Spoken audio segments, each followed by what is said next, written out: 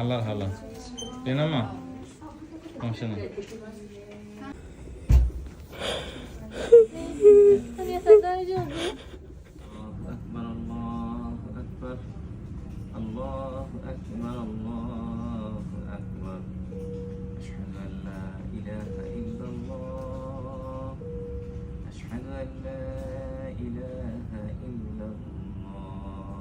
হাসপাতালে আমি ভর্তি হয়েছিলাম 25 তারিখে, আর আমাদের ছোট্ট সোনা পাখির জন্ম হচ্ছে 27 তারিখে দুপুরবেলা।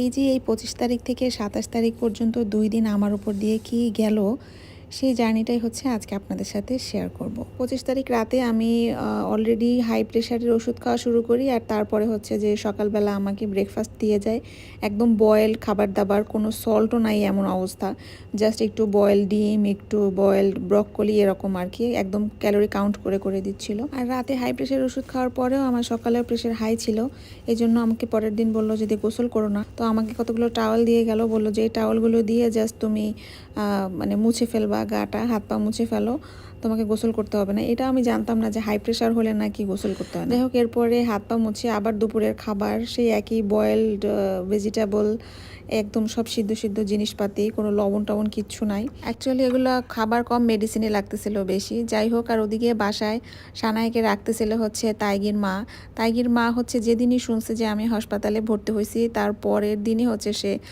ওর মানে সকাল সকালই চলে আসছে, স্কুল ছুটির পর থেকেই সানাইকে রাখতেছিল।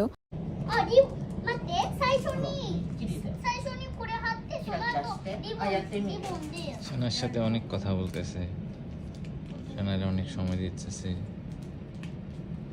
নিজের থেকে বাসায় ঢুকে অনেক অনেক হেল্প করতেছে আমাদেরকে।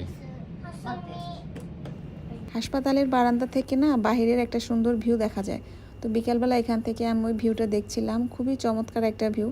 বাসাবাড়িগুলো যত মানে ঘনই থাকুক না কেন, তারপর সব কিছু কেমন যেন একটা সিস্টেমেটিক। ডিনারের পরে আবার যখন বিপি মাপা হলো, তখন দেখলাম যে ব্লাড প্রেশার বেড়ে এখন 170-র মতো হয়ে গেছে। মানে আমি যতই ওষুধ খাচ্ছি আর যাই করছি না কেন, এটা কন্ট্রোল হচ্ছে না। তারপরে ওনারা আমাকে বললো যে তোমাকে এখন আমরা অন্য একটা রুমে নিয়ে যাব, যেন কাছ থেকে মনিটরিং করতে পারে, সেরকম একটা রুমে আমাকে শিফট করলো। প্রেগনেন্সিতে আসলে হাই ব্লাড প্রেশার খুব একটা ভালো কোনো সিমটম না। এমন হতে পারে যে অনেক বেশি প্রেশার উঠে আমার খিঁচুনি উঠে যেতে পারে, যেটা আমার এবং বাচ্চার দুইজনের জন্যই লাইফ থ্রেটানিং। ওই রকম সিচুয়েশন যাতে না হয়, এজন্য ওরা একদম ক্লোজ মনিটরিং করবে। আর ইন কেস ওরকম কোনো কিছু হওয়ার আগে যেন ওরা ওটিতে নিয়ে যেতে পারে, সিজার করতে পারে, এগুলো আমাকে ওরা মেন্টালি প্রিপেয়ার করছিল, বলে বলে যে তোমাকে কিন্তু মেন্টালি প্রিপেয়ার থাকতে হবে, যে কোনো একটা কিছু হলে তোমাকে আমরা ওটিতে নিয়ে যাব। আমার এই মোমেন্টে এত বেশি ভয় লাগছিল, বেবিটা এখনও কত ছোট, মানে এরকম কিছু হলে কি হবে, মানে হাজার রকম দুশ্চিন্তা মাথার মধ্যে ঘুরতেছিল। আর আমি জাস্ট শুয়ে, আমার পা বলছিল উপরে উঠায় রাখো, না হলে পায়ে পানি উঠে যাবে। অ্যান্ড দেন যখন রাত 11টা সাড়ে 11টার মতো বাজে, তখন ওরা আমাকে লাইবিলিটি যে ফর্ম থাকে, যেখানে লিখতে হয় যে অপারেশন হইলে সব কিছু দায় দায়িত্ব আমার নিজেরটা আমি নিজেই নিচ্ছি, সেই ফর্মেও আমাকে ওরা সাইন করায় দিয়েছে। মানে যত রকম ফর্মালিটিস আছে ওরা সব কিছু আমাকে দিয়ে পূরণ করাইতেছিল। আর যখন এটা আমি সাইন করতেছিলাম, তখন আমার যে কী পরিমাণ ভয় লাগতেছিল, যেহেতু আমার এর আগের 2টা বাচ্চাই নর্মাল ডেলিভারিতে হয়েছে, তো সিজারিয়ান বা এরকম অপারেশন টাইপের কোনো কিছু তো আমার কখনো হয় নাই। তো আমার কাছে ব্যাপারটা যে কতটা মানে কষ্টদায়ক বলবো না কি বলবো, ভয় পাচ্ছিলাম নাকি কষ্ট লাগছিল, আমি কিছুই বুঝতে পারছিলাম না। জাস্ট আমি আল্লাহ আল্লাহ করছিলাম যে আল্লাহ এরকম কোনো সিচুয়েশন যেন আমার ফেস করতে না হয়, জাস্ট তুমি আমাকে রক্ষা করো, আমার প্রেশারটা কোনো রকমের তুমি নর্মাল বানায় দাও। সারা রাত এভাবেই কেটে গেছে। পরের দিন সকাল 8টার সময় হচ্ছে ডাক্তার এসে বললো প্রেশার এখন একটু কন্ট্রোলে আছে, তো সমস্যা নাই, আমরা আজকে আর সিজারের দিকে যাব না, তুমি এখন খেতে পারো। ও আমার খাবার বন্ধ ছিল গতদিন রাত থেকে, আমাকে পানিও খেতে দিচ্ছিল না আর কি। তো তারপরে ওরা আমাকে সকালে একটু খেতে দিল, সকালে জাস্ট হালকা একটু পানি খেলাম। খাওয়ার আধা ঘন্টা বা 1 ঘন্টার মধ্যখানে আমার প্রেশার বেড়ে আবার সেই 150। এরপরে কয়েক দফায় কয়েকজন ডাক্তার আসলে স্যালাইনও দিছিল, যাতে হচ্ছে যে প্রেশারটা কমে, কিন্তু যেই স্যালাইনটা একটু স্টপ করে আবার প্রেশার বেড়ে যায়।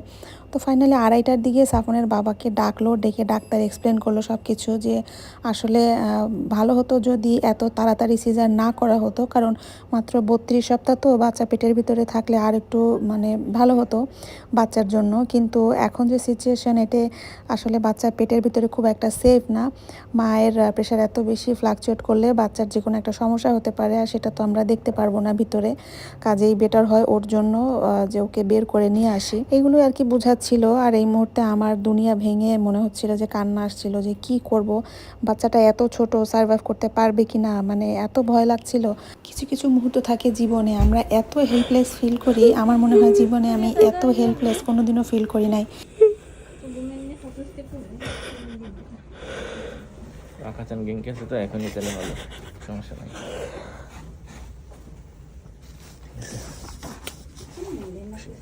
এই তো এরপরে আমাকে নিয়ে গেল হচ্ছে ওটিতে। আর যেহেতু সিজার, এর জন্য সাফনের বাবাকে এবার আর আমার সাথে ঢুকতে দিবে না। গত 2বার নর্মাল ডেলিভারিতে কিন্তু সাফনের বাবা আমার সাথে একসাথে ছিল, এবার সিজারের কারণে সে যেতে পারবে না। আর সাথে এই যে ছোট্ট বক্সটা দেখতে পাচ্ছেন ইনকিউবেটর, এটা বেবির জন্য নিয়ে যাচ্ছে, যেহেতু ওকে এনআইসিউতে নিতে হবে। তো জন্মের পরপরই হচ্ছে ওকে ডাইরেক্ট এনআইসিউতে নিয়ে যাবে। আর এখানে সাফনের বাবা আমাকে বাই করে দিচ্ছিল, আর ও একলাই বাইরে দাঁড়ায় ছিল, অপেক্ষা করছিল আমার জন্য। আমার মেয়ের জন্ম হয়েছে, আমি অপেক্ষা করতেছি তারে কখন দেখব।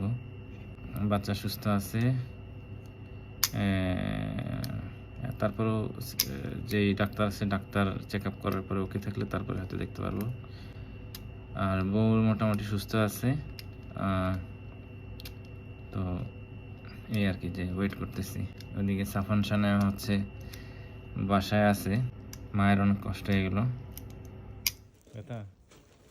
সব মিলায় মনে হয় 1.5-2 ঘন্টার মতো লাগছে টোটাল, সব কিছু মিলায়। ফুল অ্যানেস্থেশিয়া না, হাফ অ্যানেস্থেশিয়া আর কি। তো আমি বের হয়ে সাফনের বাবাকে বলতেছিলাম যে আমি কি দেখছি। সবচেয়ে কষ্টের ব্যাপার হচ্ছে যে এর আগে যখনই বাবু হয়েছে, বাবুকে সাথে সাথে নিয়ে বুকের উপর দিয়ে গেছে আমাকে, কিন্তু এই বাবুটাকে না আমার খালি হাতে একটু টাচ করতে দিছে, মানে ওকে তো আসলে আমি কোলে নিতে পারি নাই, ওকে জাস্ট আমার হাতের তালুতে একটু ছোঁয়ায় তারপরে নিয়ে গেছে। আমি ওর চেহারাটা হয়তো এভাবে সুন্দর করে দেখতে পারি নাই, ওকে ডাইরেক্ট এনআইসিউতে নিয়ে গেছে। এগুলো বলতে গেলেও আমার কষ্ট লাগে, কিন্তু দেখতে সাফানের মতো, সাফনের মতো একদম সাফান, ছোট্ট সাফান। সাফন তো অনেক খুশি হবে। অনেক কাঁদছে কে বাচ্চা? এরপরে আমি মনে হয় ঘুমায় গেছিলাম, আমাকে রুমে নিয়ে গেছিল। আর এত টায়ার্ড ছিলাম নাকি অ্যানেস্থেশিয়াই হবে হয়তো, পুরা ঘুমাচ্ছিলাম। আমার সাথে আর বাবুর এই দিন দেখা হয় নাই। আমাকে ও রুমে রেখে সাফনের বাবা সব কিছু একদম ঠিকঠাক করে দিয়ে তারপরে হচ্ছে উনি এনআইসিউতে যে স্পেশাল পারমিশন নিয়ে ও ওখানে যায় একটু বাবুর কানে আজান দিছে।